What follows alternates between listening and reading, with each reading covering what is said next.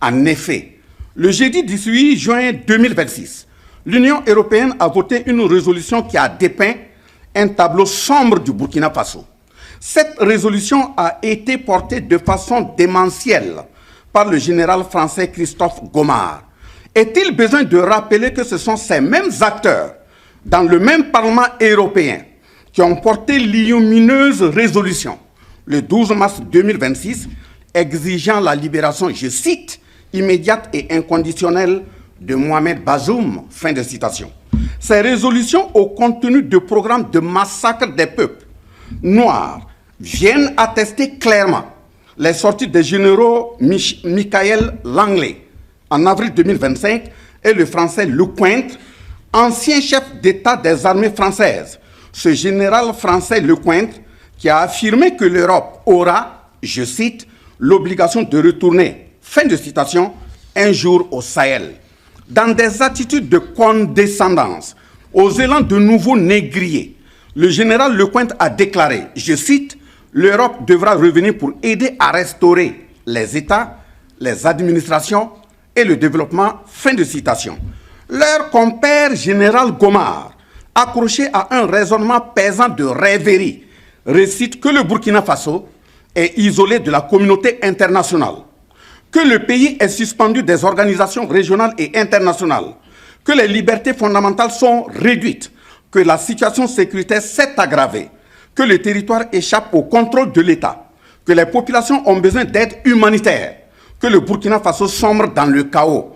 Il ira jusqu'à insinuer que le Burkina Faso est devenu une menace pour ses pays voisins.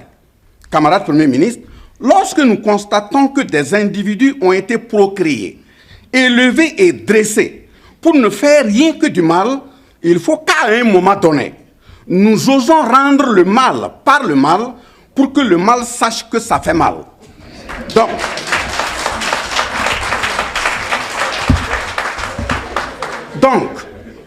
avant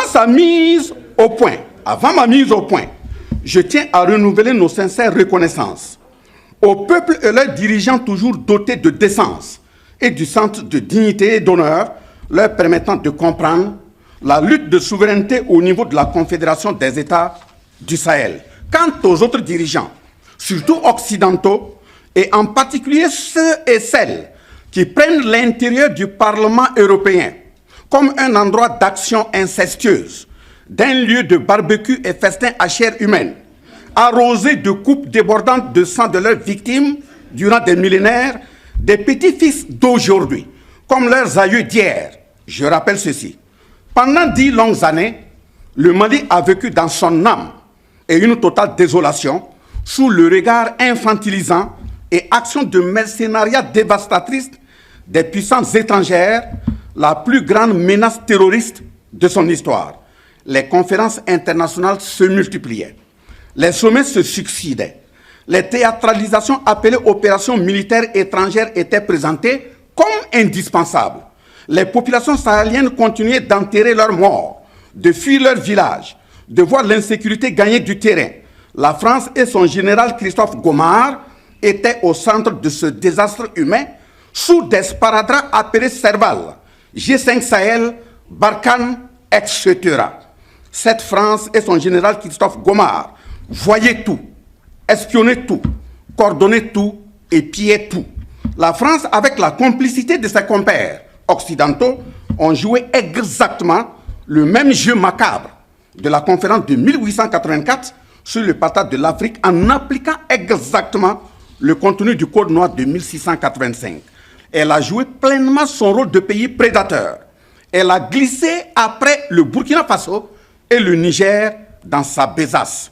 C'est donc pour refuser la continuité de la mort dans l'âme, en assistant à l'enterrement continu de la force juvénile, à travers les massacres physiques, la désarticulation de nos identités, le pillage organisé de nos ressources, que les camarades général d'armée Assimi Goïta, général d'armée Abdourahmane Tiani et le capitaine Ibrahim Traoré, président en exercice de la Confédération des États du Sahel, ont pris la décision historique, le 23 septembre 2023 à Bamako, de créer l'Alliance des États du Sahel, après la Confédération des États du Sahel, le 6 juillet 2024 à Niamey au Niger.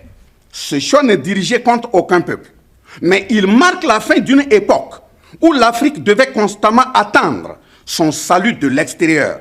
La Confédération des États du Sahel est née de cette conviction simple que personne ne viendra défendre nos terres, nos familles et notre dignité mieux que nous-mêmes. Depuis que les armées occidentales d'occupation ont été chassées, les dignifiés qui ont pris le pouvoir dans ces trois pays ont réorganisé les dispositifs de défense et renforcé les armées nationales. Aujourd'hui, des progrès importants ont été enregistrés. En effet, la capacité de nuisance des terroristes a été considérablement réduite. Une grande partie des territoires a été récupérée. Les populations ont été réinstallées dans plusieurs localités. L'esprit de peur et de résignation a fait place à l'esprit de résistance et de reconquête.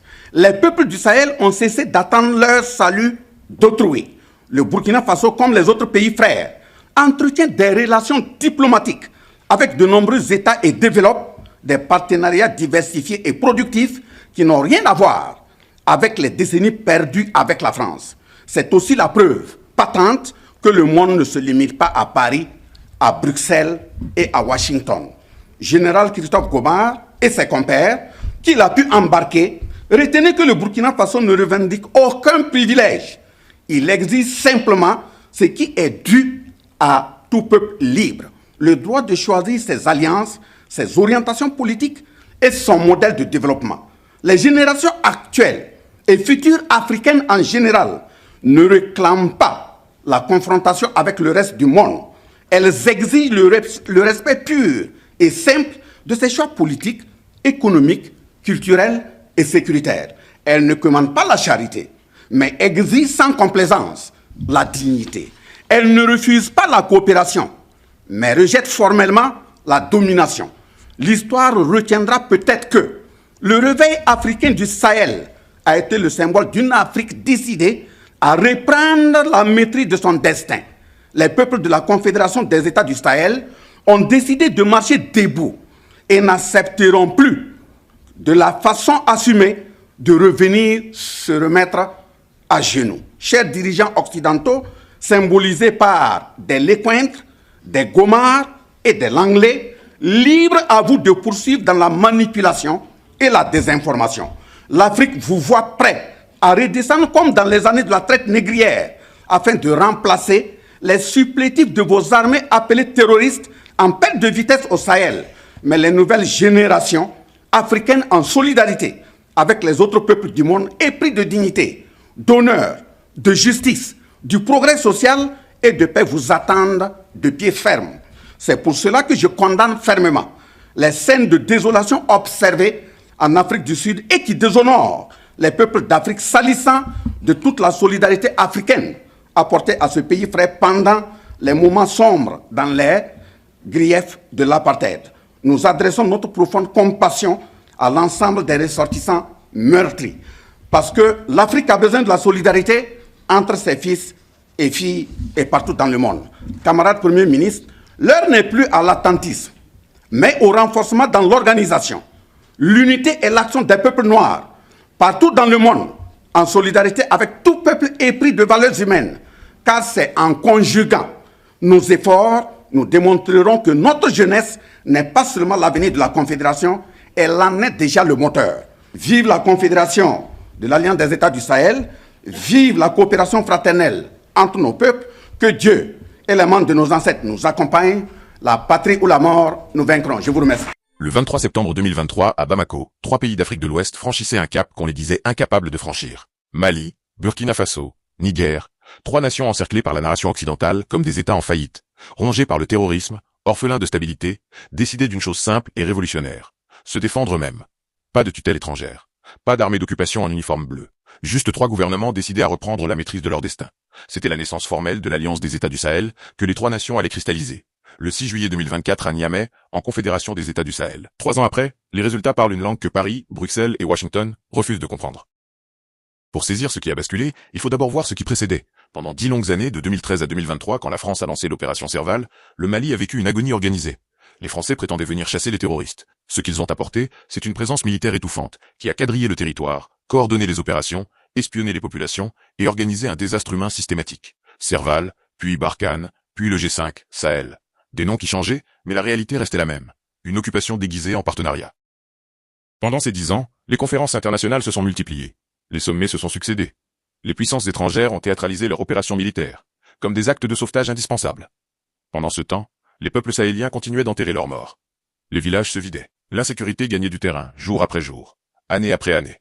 La France, ses généraux à la tête, voyaient tout, espionnaient tout, coordonnaient tout, et payaient tout, tout en laissant le Mali saigner. C'était une répétition exacte de la logique qui avait fondé le pillage de l'Afrique. La conférence de Berlin, en 1884, qui avait décidé du partage du continent entre puissances européennes. En 1884, on appelait ça la civilisation. En 2023, on l'appelait partenariat sécuritaire. Le contenu était resté le même. L'Afrique devait rester un champ opérationnel, pas un espace de décision souveraine. Les généraux qui ont orchestré cette présence, Christophe Gomard d'abord, puis d'autres, ne se posaient jamais une question simple. Pourquoi, après 10 ans de présence militaire française massiva, le terrorisme était-il plus fort qu'avant? Pourquoi les civils fuyaient-ils les zones d'opération? Pourquoi l'armée malienne, dépendante des conseillers français et des directives étrangères, n'était-elle jamais parvenue à une victoire durable? La réponse est dans la structure même de cette occupation douce. Tant que les Africains demandaient à l'étranger de les sauver, tant qu'ils attendaient leur salut de Paris, de Washington ou de Bruxelles, ils restaient infantilisés, dépendants, incapables de prendre les décisions qui pouvaient réellement changer les choses. La France avait intérêt à ce que le problème persiste. Un Sahel pacifié et autonome, c'était une Afrique qui échappait au contrôle occidental. Un Sahel chaotique et demandeur d'aide, c'était une Afrique qui restait une zone d'intervention permanente. C'est pour refuser cette continuité de la mort, cette logique de l'enfance prolongée, que Assimi Goïta au Mali et Ibrahim Traoré au Burkina Faso ont pris la décision qu'on attendait depuis des décennies, non pas de changer de maître, de passer de la France à la Russie ou à la Chine, mais de devenir les maîtres de leur propre défense. Les 3 pays ont réorganisé leurs dispositifs de défense, ils ont renforcé leurs armées nationales, ils ont chassé les armées d'occupation, et ils ont commencé à travailler ensemble, sans intermédiaire occidental, sans permission de quiconque. Les résultats, 3 ans après, sont visibles. Là où les conférences internationales avaient échoué, où les généraux français avaient stationné pendant 10 ans sans résoudre le problème, les armées nationales du Sahel ont enregistré des progrès importants. La capacité de nuisance des groupes terroristes a été considérablement réduite. Une grande partie des territoires jadis perdus a été récupérée. Les populations ont commencé à revenir dans leurs villages. Des localités entières qui avaient été abandonnées, vidées de leurs habitants par la peur, se repeuplent. L'esprit de peur et de résignation qui caractérisait l'époque Barkhane, cet état où tout semblait perdu, où l'avenir appartenait aux terroristes, a cédé la place à un esprit de résistance et de reconquête. Les peuples du Sahel ont cessé d'attendre leur salut d'une puissance étrangère. Ils ont compris qu'il y avait quelque chose que l'armée française n'avait jamais compris, que la victoire contre le terrorisme ne vient pas du ciel, n'est pas importée par des bombardiers et des conseillers militaires, mais naît de la détermination des peuples eux-mêmes à défendre leurs terres, leur dignité, leur droit à exister sans domination. Cette transformation n'est pas un miracle, c'est le résultat d'une décision politique claire, le refus de la tutelle. Et c'est précisément ce que Paris, Bruxelles et Washington ne peuvent pas tolérer. Parce que dès que l'Afrique refuse d'attendre son salut de l'extérieur, dès que les Africains décident de compter sur eux-mêmes, la justification éternelle de l'intervention occidentale s'effondre. Si le Sahel peut se défendre, alors pourquoi la France y serait-elle encore?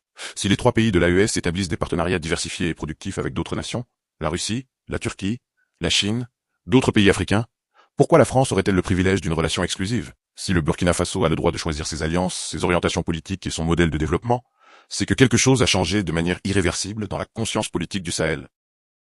Et c'est exactement ce que Basselma Bazié, le ministre burkinabé, est venu crier à la face de l'Union européenne en réponse à sa résolution du 18 juin 2026, qui prétendait que le Burkina Faso était en chaos, isolé, une menace pour ses voisins. Il a rappelé pendant 10 ans qui avait réellement été la menace. Pas le Burkina Faso, pas Mali, pas le Niger. C'était la France, au centre du désastre humain, jouant exactement le même jeu macabre que la conférence de 1884 sur le partage de l'Afrique.